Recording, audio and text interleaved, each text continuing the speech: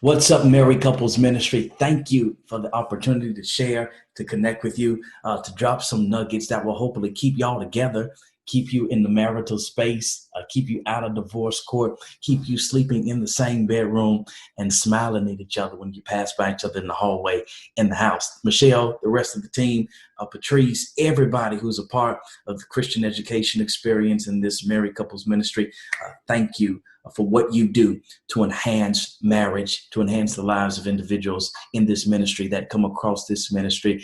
And then thank you for giving me the platform today to share. Let's dive into it. I want to talk about when what you heard isn't what I said. You ought to start saying amen right now. Somebody's getting the popcorn ready because you know this is about to be good. I'm about to speak directly to your situation in your marital relationship. Let me start by posing a couple of questions. Have you ever noticed that what your partner hears can be very different from what was actually said? You thought it was harmless, but it was actually hurtful, and it's now led to World War IV. Have you ever noticed or experienced the frustration of being misunderstood?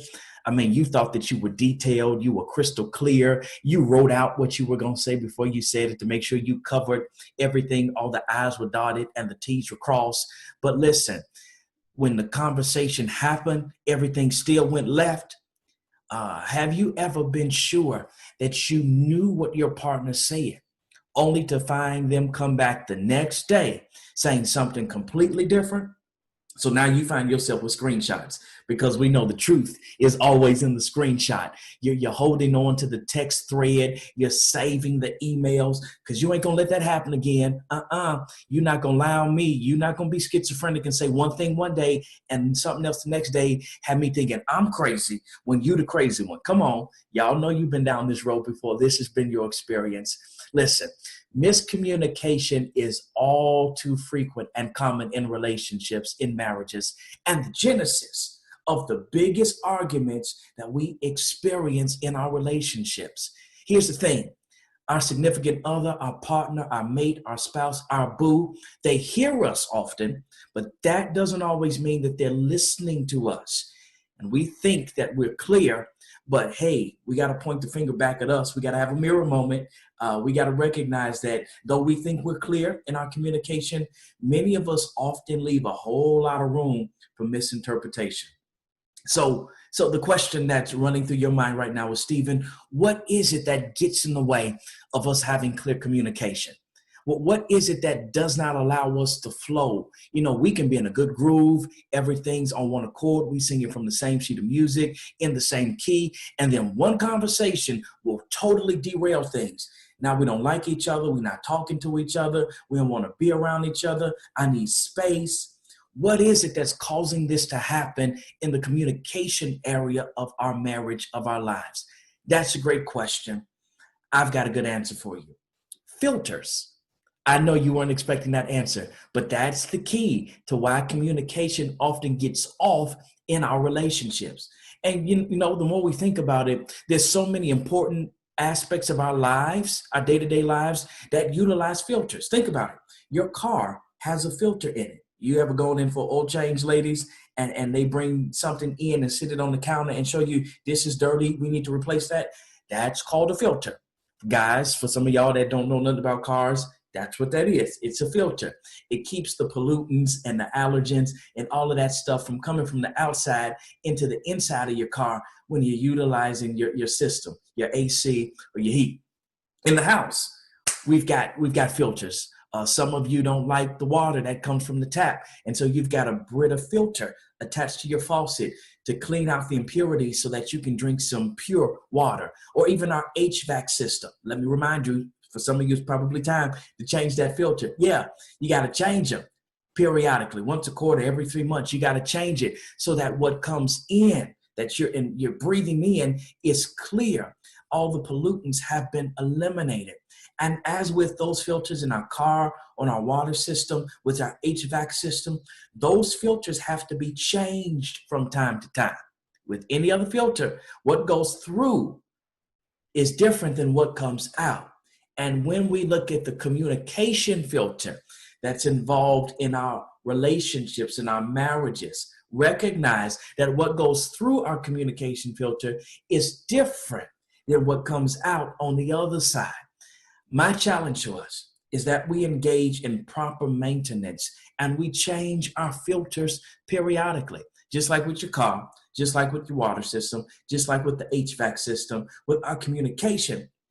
We got to also change the filter periodically, because if the filter is dirty, what comes out on the other side is going to be dirty as well. We can't continue to allow stuff to block the filter and not allow air to freely flow through the filter, because stuff will get jammed up, stuff will get stopped up, stuff will stop working properly.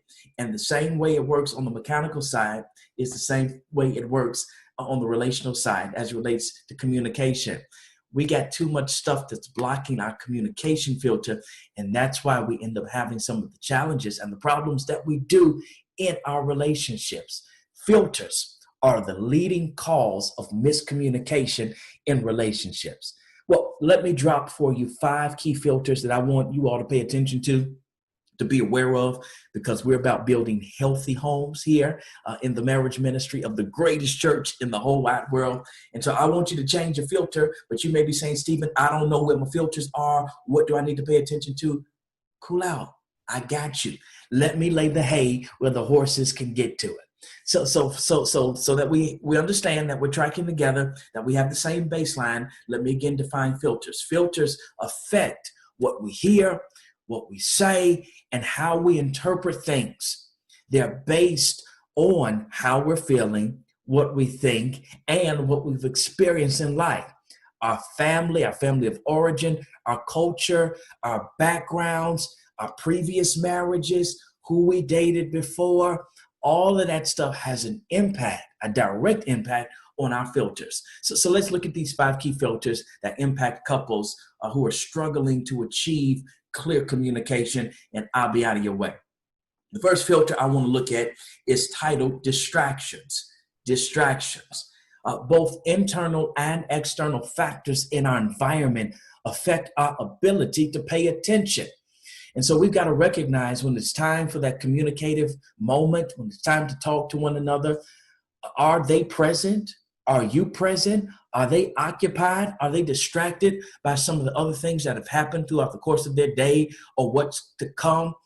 He's got the weight of the world on his shoulder, trying to be priest, provider, and protector, and he don't know how he's gonna make ends meet. And so, ladies, sometimes when you want to talk to him about something that's pressing, that's on your heart, his mind is really preoccupied with all of these other pressures and weights that he doesn't want to dump on you. Men, we internalize stuff and we just kind of keep it to ourselves. And so he's not there, even though physically he's there, mentally, emotionally, he's not there. He's not ready to have the conversation that you're seeking to have. And that creates conflict as it relates to your communication. The stress of life, the busyness of life, that can make it harder to pay attention as they wear down on us, the part of our brain that's most tuned in to focusing. The stress of the world, it weighs on that functioning, that executive function of the brain. And it can become difficult for us to hear what you're trying to say when it's communication time. So let me lay this for you.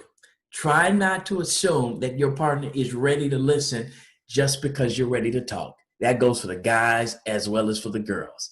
Don't assume they're ready. Why don't you try this? Raise a question. Hey, is this a good time? This is what I need to discuss with you. This is what's on my heart. This has been a burden on my mind. I want us to walk through this thing together. Is this a good time? And if not, don't get in your feelings. All right, cool. Today's not good. How about tomorrow? Can we schedule some time? I want to block this off because this is important to me. I think it's important to us.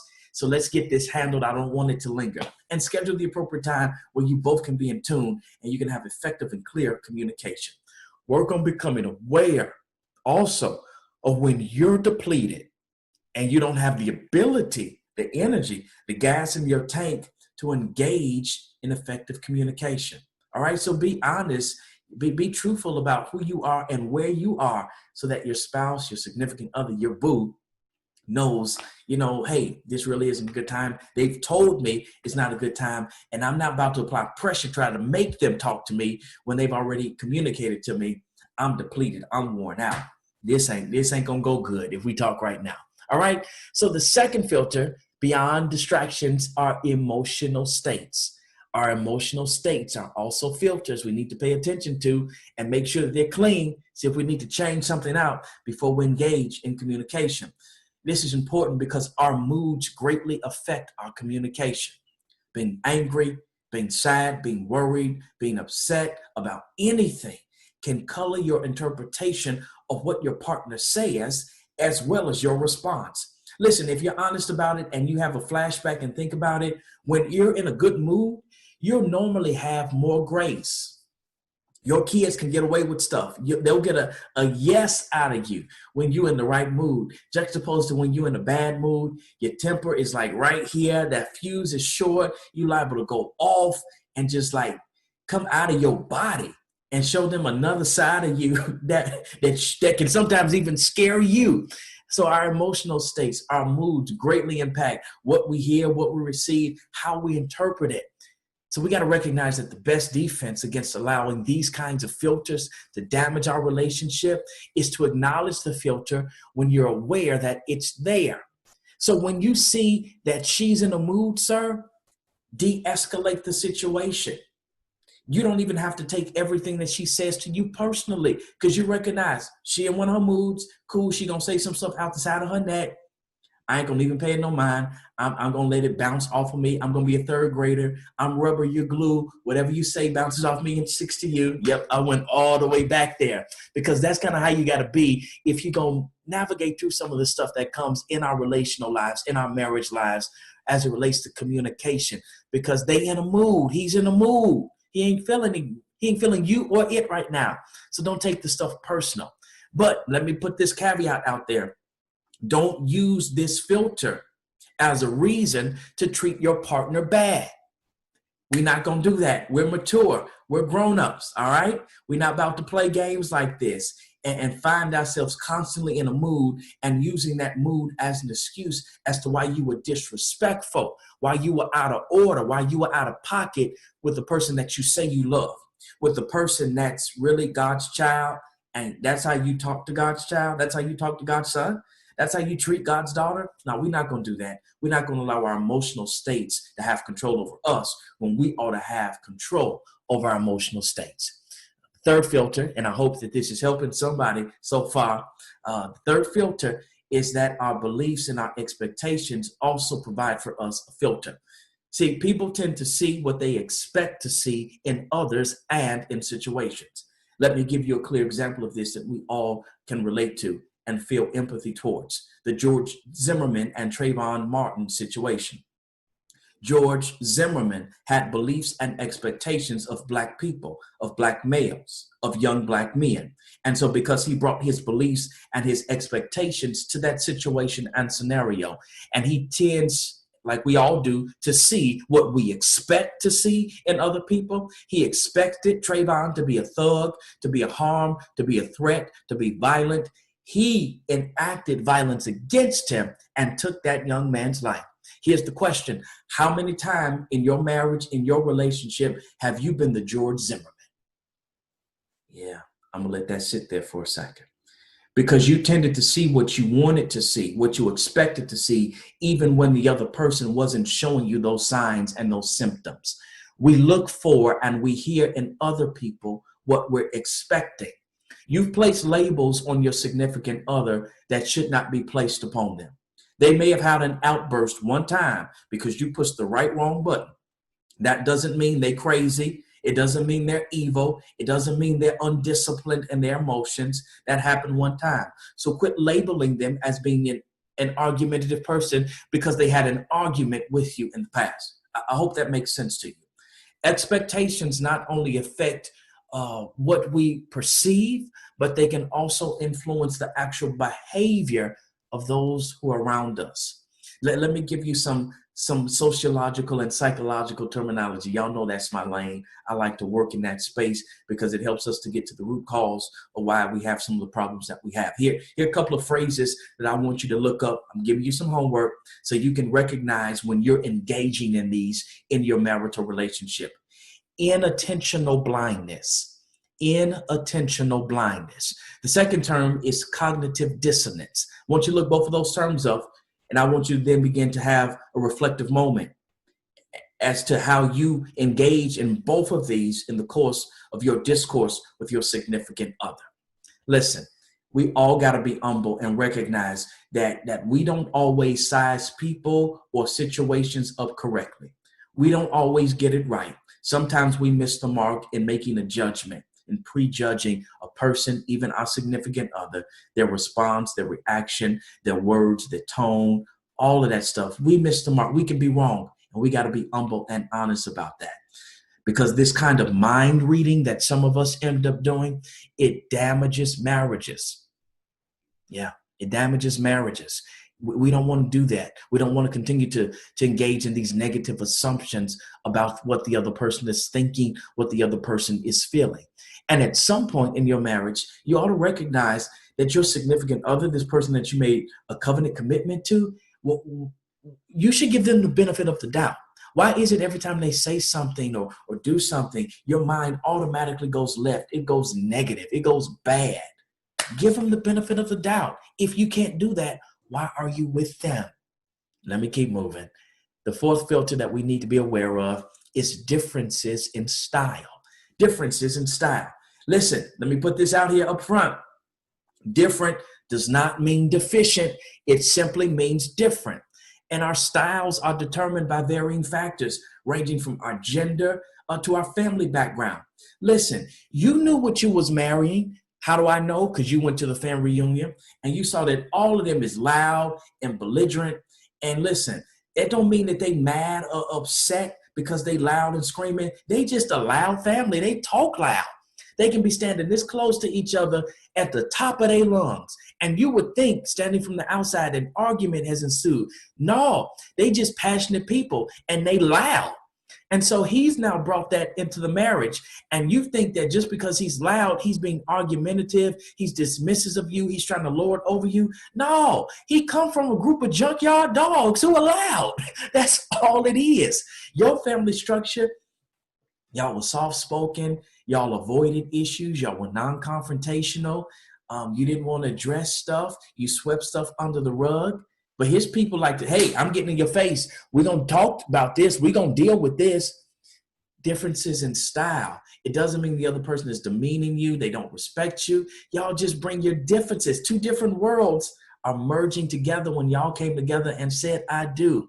Now, differences in style don't matter as much as how the two of you handle the differences that you have. And some of y'all been together long enough to know that y'all different. So quit tripping. Quit acting brand new. Quit acting like how he talks, that the fact that he cusses is something totally brand new and you just all in your feelings and offended by it. He been cussing since y'all went on your first date, ma'am. Don't get brand new and act different and create a mountain out of a molehill. Sir, you know she gets moody. You know, 1 minute she can be on 10, the next minute she's -5. Come on, sir. Don't get with the boys and start berating her and beating her up and talking about, man, I don't know why the hell I married her. You do know why, because you loved her. And you still love her in spite of her stuff. And because she looks beyond all your stuff and still loves you, you ought to be able to look beyond all her stuff and still love her and have a happy, harmonious home. It ain't about y'all being different. It's about how you handle the differences. Now, I'll throw this in as well. We do have to be cognizant and aware of how our communication styles might impact the other person. But that leads to a deeper conversation about the truth and transparency and being naked and honest with your significant other. Let me tell you what I mean. Some of us have had some stuff happen to us in our past, and we've not shared it with our significant other. Your father was an alcoholic. He was a drunk. He was abusive verbally and physically. And so whenever he would beat you, he would also raise his voice and scream and cuss and holler at you. So when you hear your husband scream and holler and cuss, it draws you to a flashback of what you experienced in your childhood, that as you grew up, you said, I don't want that in my life. Your husband is nothing like your father, but the fact that he raises his voice, the fact that he cusses, that gives you flashbacks. And because you've never shared your truth and your history with your husband, He doesn't know that that's a trigger for you. And so he does it, and he doesn't understand why you go off, why you so mad, why I put you in a different space. He's like, but I've been cussing my whole life since I was out of the womb. Like, why are you tripping? He don't know because y'all haven't had that transparent moment. What conversations do y'all need to have after watching this that would shed light into some of the dark places, the places that you've padlocked and put a deadbolt on in your past that might provide some illumination and lead to help and healing with your significant other? Awareness of how your different styles affect communication can go a long way in preventing misunderstanding. Let me give you number 5 and get out of your way. Again, I pray that what I'm sharing is helping you, is providing some illumination, is helping y'all to see why y'all haven't gotten together, why y'all have butted heads on some things. Number 5, self-protection. This is something that all human beings engage in. This filter comes from the fear of rejection with which we all struggle in intimate relationships. This filter is at work when our fear of rejection prohibits us from saying what we truly meant or what we truly want or what we truly feel. Listen, the most common question that's asked is, how are you? The most common lie is, I'm fine. And that's often done from a self-protective perspective. This filter causes us to not know each other as well as we otherwise might. And it limits the secure and the warm connection that we ought to share in this place called matrimony. The more secure each of you feels in the marriage, the safer you'll feel talking about what you want and expressing your needs in the relationship, which then increases and enhances your intimacy. Let me give you one final tidbit. This one is for free that will help you in your communication. When we find ourselves fighting, arguing, at odds with one another, it oftentimes boils down to what's known as memory matching. Yeah. Some of the biggest arguments that couples have are about what we actually said in the past. Now, there are 2 things that can save your relationship from such fruitless arguments. Number 1, don't assume that your memory is perfect. Man, you getting older, stuff changing with your body, dementia, all that stuff is probably setting in, at these early stages. You got to have the humility to accept the fact that you don't remember stuff as well as you think you do. Except that both of you have filters that impact what you hear and what you remember. Number 2, when you disagree, don't persist in arguments about what was said in the past. Don't do that. Y'all just gonna keep chasing your tail. Shift the topic to what each of you thinks or feels in the present, and put aside the need to win the argument about what was said in the past. Again, as you recognize that both of y'all's memories is starting to fade because y'all getting old. Now, the 2 most important things to remember about filters are, number 1, everybody has them. And number 2, they are not intrinsically good or bad. What matters is whether or not you allow them to distort your communication. What filter do you need to change today? What needs to be addressed? What conversations do y'all need to have to shed some light about your past experience that might help your significant other to understand why you do what you do, why you say what you say, and why you're triggered by what you're triggered by? Married couples, I hope this helped y'all. I've enjoyed sharing it with you. I look forward to future opportunities to engage with you.